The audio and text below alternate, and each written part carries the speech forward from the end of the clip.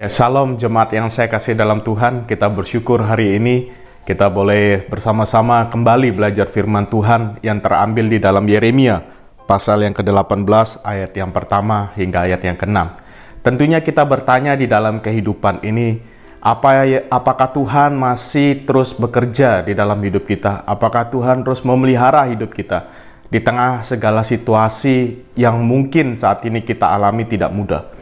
Di dalam Yeremia pasal yang ke-18 ayat yang pertama hingga ayat ke-6, kita boleh melihat bagaimana Yeremia mendapat sebuah penglihatan atau pembelajaran tentang Tuhan yang tidak pernah henti-hentinya berkarya maupun memelihara umatnya.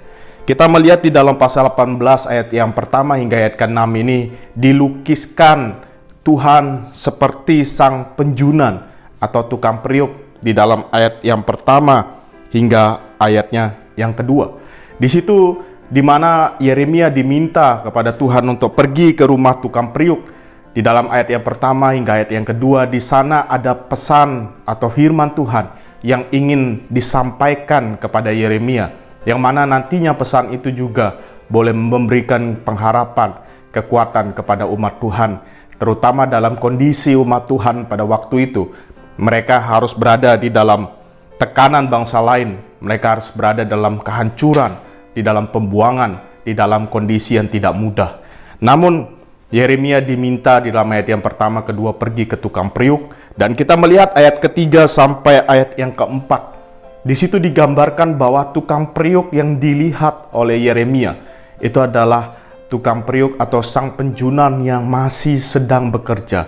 Bahkan digambarkan ketika buatan tangannya itu mengalami kerusakan, dia akan terus memperbaiki dan membentuk kembali tanah liat itu hingga menjadi bejana yang indah.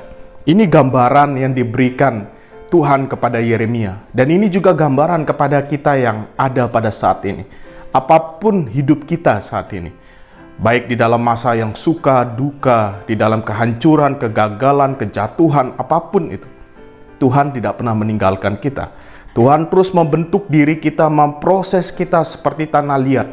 Sekalipun itu hancur, retak, dia akan poles kembali, dia akan bentuk kembali, hingga pada akhirnya akan menghasilkan bejana yang indah. Bukankah hal ini juga ditegaskan di dalam ayat yang kelima hingga ayat yang keenam di dalam Yeremia pasal yang ke-18 ini? Bahwa pada akhirnya dikatakan Tuhan tidak pernah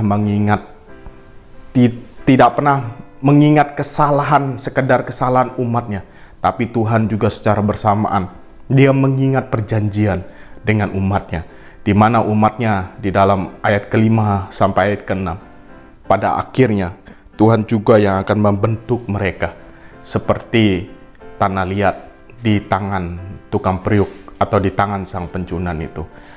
Jadi Bapak Ibu saudara-saudari sekalian, tetaplah nikmatilah kehidupan ini bersama dengan Tuhan.